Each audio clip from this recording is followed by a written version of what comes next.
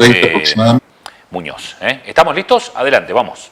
robarle a esta persona ante la resistencia del mismo, los tres conjuntamente, en una actividad totalmente relacionada, direccionada y conjunta, atacaron a la persona hasta que lograron dejarlo en situación de indefensión. En ese momento, sin mayores actos, o sea, no hubo mayores represalias, no es que lo insultaron, no es que lo patearon al piso, nada por el estilo. Se levantaron, tomaron las cosas y se fueron. Lo cual lleva a la evidencia que lo atacaron específicamente para robarlo. O sea, y lo atacaron los tres. Los tres lo golpearon con golpe de puño, patada, Suárez pegado con el casco. Y en el mismo momento que lo estaban golpeando, Moreno lo acuchillaba. O sea, no hubo actos separados, sino que fue todo conjunto y todo relacionado. Y el vínculo con el robo es porque inmediatamente logran ponerlo en situación de indefensión ante el puntazo que le pegan en el pecho, lo dejaron, tomaron el celular del piso, tomaron la moto y se la llevaron y se fueron. Entonces creemos claramente que el ataque que hacen los tres, porque conjuntamente los tres actúan, está claramente direccionado y con la única finalidad de lograr el desapoderamiento, que es lo que efectivamente hicieron.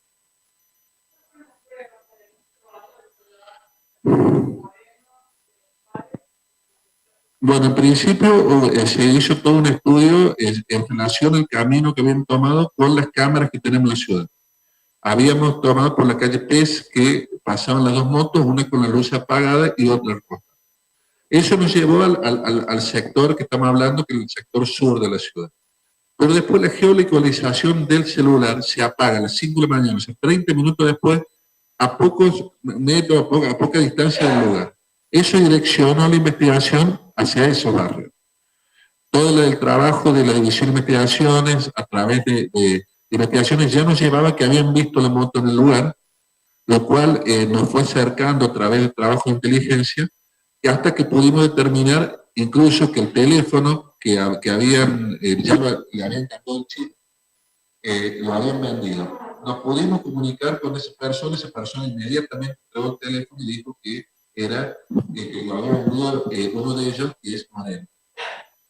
Entonces todo cerraba en relación a estas personas que estaban, que eran las involucradas, porque los testimonios de la gente del mismo barrio, que no querían dar la identidad, pero identificaban o básicamente ubicaban a las personas. Por eso se dio el allanamiento. No solo eso, ya el teléfono tenemos ese dato, que la persona venía en ese momento de Justo Arac en viaje, lo entregó, después lo reconoció a las personas, sino que ahí también en ese momento se secuestró la moto de Suárez, que es la moto que identifica después las partes como lo que actuó en el hecho, y que además, sobre eso, además de las características, tenía un ruido particular porque un problema en el escape que le hacía sonar muy raro, o sea, hacía que vibraran los plásticos y de esa manera sonaba muy raro, que era lo que había descrito con anterioridad la novia de la persona. Eso se hizo una pericia mecánica y es la misma característica, además de que la reconocieron. Y ellos mismos, en ese momento, tenemos que tener en cuenta que, como ve hasta este momento, la prueba se deriva de él.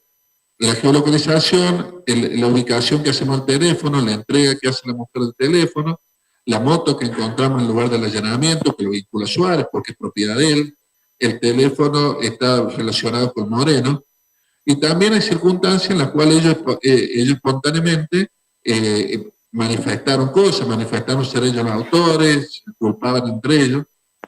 Todas esas circunstancias, si bien no son la prueba fundamental, por supuesto, en base a lo que normalmente en la investigación son hechos que tienen que ser tenidos en cuenta. La jurisprudencia ya claramente habla de lo que es la manifestación espontánea.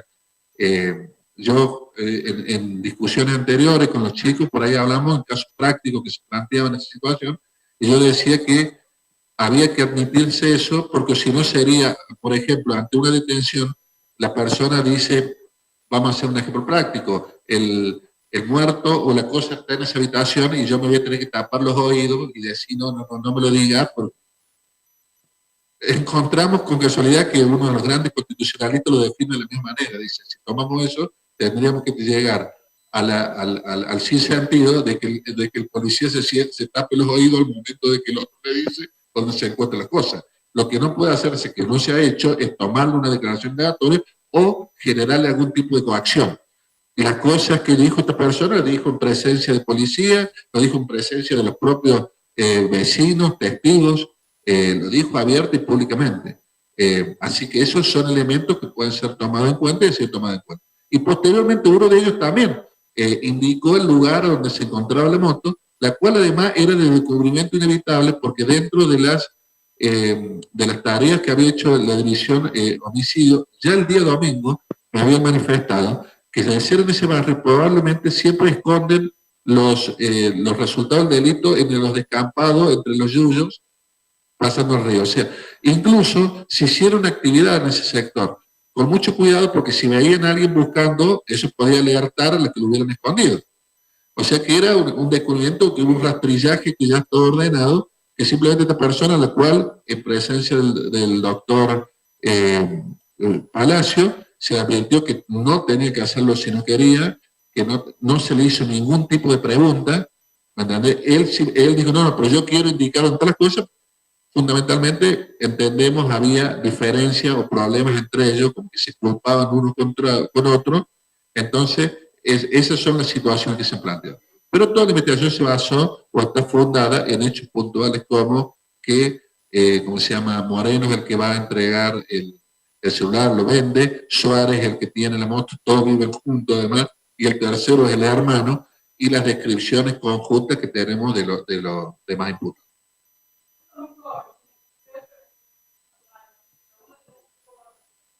Justamente es Moreno, que es la persona que acuchilló a Muñoz, y que además el hecho anterior es robo con arma, justamente con cuchillo.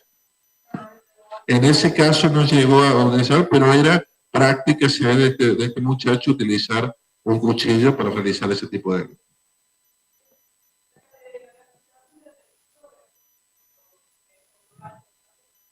Es homicidio, crímenes causa. El homicidio, crímenes causa es cuando se mata para relacionar con otro, para asegurar un delito, para asegurar los resultados de un delito, por venganza por no haber cometido ese delito. Se tiene que estar relacionado. Acá claramente lo atacaron hasta el momento de dejarlo indefenso. Cuando lograron dejarlo indefenso, tomaron el celular, la moto y se fueron. O sea que lo atacaron específicamente para robar. O sea, está clara la diferencia en esos dos actos más. Se abocan los tres a golpear, los tres lo golpean. Si bien uno es el que le pega la puñalada, cuando le pega la puñalada, otro lo está reteniendo o le están pegando patadas o golpe de puño en ese momento. O sea que los tres actuaron conjuntamente, en el robo y en el homicidio. Por eso son coautores de ambos hechos, tanto del homicidio como del robo.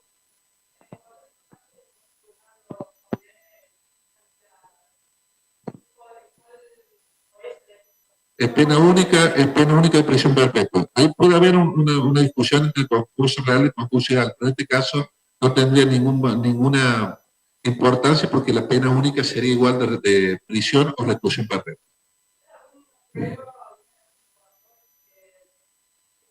Vamos a profundizar más la prueba que tenemos y se van a pedir algunas otras pruebas en relación a ciertos secuestros, vamos a pedir algunas otras pruebas. Nosotros entendemos que sí, tenemos acreditado las cosas, todo se ha hecho dentro de la normativa y con las autorizaciones que corresponden. Bueno, veremos ahora en la próxima audiencia el planteo que pueda realizarse.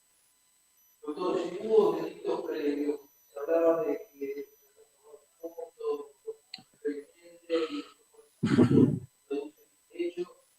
¿son causas separadas? Separadas. No, es que no fueron ellos. Hubo muchas líneas investigativas. Una de ellas, esa misma noche, 3 chicos habían robado una moto, pero las características físicas eran totalmente distintas.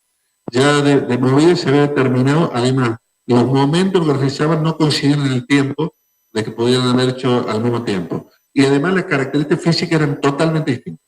Entonces ya en ese momento, por supuesto, se investigó, se han hecho allanamientos, se realizaron todo, también quedó a cargo de Fiscalía. Tenemos claramente ciertas personas vinculadas o investigadas sobre el hecho, pero no tenían nada que ver con este acto. Nosotros hemos pedido en calidad de autores a los 3, con lo cual sería la misma pena para los 3. Incluso nosotros, justamente con doctores, pensamos en el tema de la participación, pero nosotros creemos que son coautores. O sea, los tres fueron a golpearlo, a matarlo, y los tres produjeron el robo. O sea, los tres, uno se acerca y lo amenaza, el otro es el primero que le pega, el otro es el que se lleva la moto, otro se lleva el celular. O sea, actuaron coordinados y en conjunto en los dos hechos, o sea, en el robo y en el homicidio. Además, al momento que lo apuñalan es cuando los otros dos logran derribarlo. Cuando lo logran derribar, ahí es donde con mayor precisión y teniéndolo ya en el piso, le pegó la puntada, ¿entendés? Que le dio en el pecho. O sea que, como ven, lo hacen básicamente en base, la participación necesaria sobra, pero creemos que son coautores, que sí lo hicieron los tres conjuntamente. No sabemos bien el momento, pero muy probablemente que la cuchillada mortal haya sido cuando está en el piso. Porque además hay solo dos, ya te atiendo, Miguel, dos golpes, uno en el brazo que no revela mucha importancia y un puntazo sí muy profundo en el corazón, lo cual determina también el hecho de, si bien al estar apoyado, el cuerpo tiene muy buena posibilidad de movimiento, con lo cual el movimiento del cuchillo es mucho más efectivo que al estar parado que uno retrocede o el mismo empuje del cuchillo hace retroceder el cuerpo. Al estar en el piso, ya la resistencia es solamente la de la piel, la del cuerpo, entonces es mucho más fácil el apoyamiento. Muy probablemente, dado como sea la circunstancia, muy probablemente que haya sido en el piso. Por el lado de la profundidad que tiene, la dirección que tiene, que es muy precisa, y que produjo el daño en el corazón, que nosotros además, porque se plantearon ciertas circunstancias sobre en cuánto fallece esta persona. Según los peritajes nuestros y de la médica actuante, la lesión es irreversible. O sea, el daño que produjo, el corte que produjo, era muy difícil de reparación. Es más, ella manifestaba, si un cardiocirujano muy calificado hubiera actuado inmediatamente, es muy probable que igual no se salvara. O sea que se hizo todo lo posible y se dio el resultado que en definitiva era porque era una lesión, vuelvo a repetir, de un carácter prácticamente irreversible. De todas formas, si la familia decide político, eso es una acción totalmente aparte de...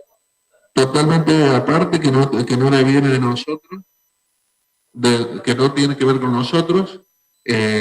Sí, ellos pueden iniciar la acción que si entienden que existe alguna mala praxis, por ejemplo, deberán iniciar la acción que corresponde por una vía distinta que le sigue.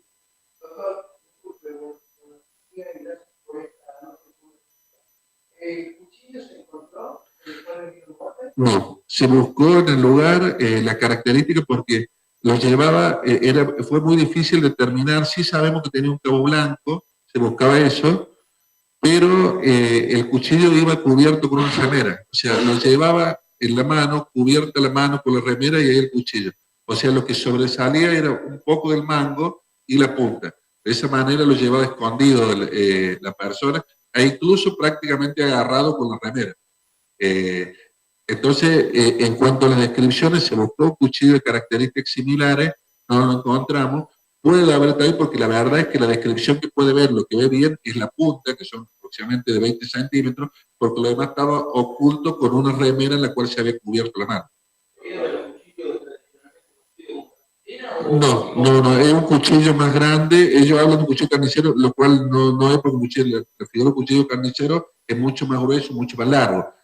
Son los cuchillos de lo que perianos, que normalmente se llama el cuchillo cocinero, que el cuchillo chef, que es de una dimensión más o menos 4 o 5 centímetros.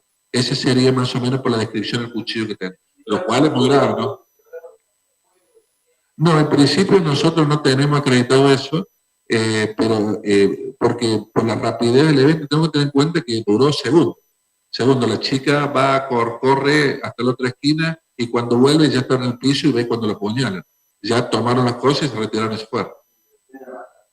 Yo creo que en principio no, pero después ante las circunstancias eso fue lo que hicieron y lo que decidieron y lo que actuaron en conjunto. En ese momento, ante la resistencia de la persona, decidieron hacer eso para asegurar lo que venían a hacer. O sea, en principio si no hubiera habido una resistencia, muy probablemente no lo hubieran hecho, pero ante la resistencia, actuaron, todos los actos han decidido a eso, todos actúan, todos vieron, es más, vuelvo a repetir, cuando los otros dos logran derribarlo, es cuando él puede apuñalarlo bien, delante de ellos. No hubo ninguna queja entre ellos en ese momento, ni nadie estaba fuera de la situación, los tres actuando conjuntamente.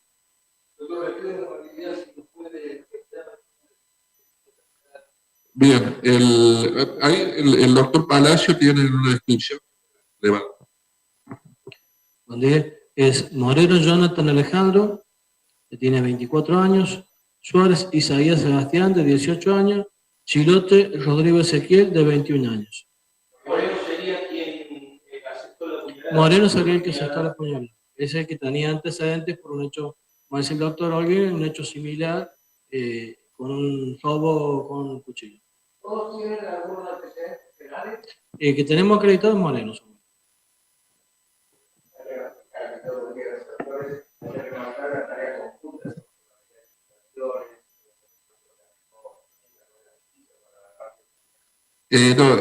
Muy destacable, siempre lo destaco. Nosotros de la Fiscalía tenemos una relación buena y de mucho respeto hacia la policía en Mercedes.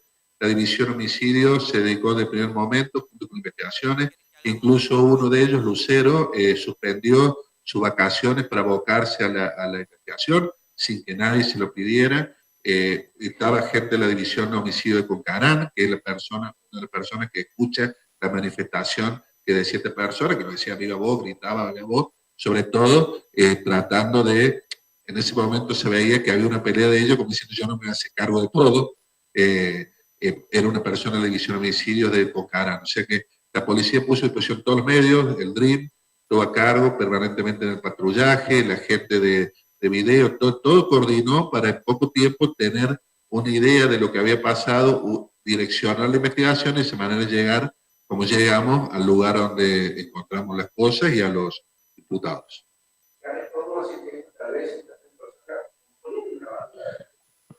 Es probable, el chico tenía antecedentes, uno de ellos, el otro es el hermano, el otro chico no tiene antecedentes.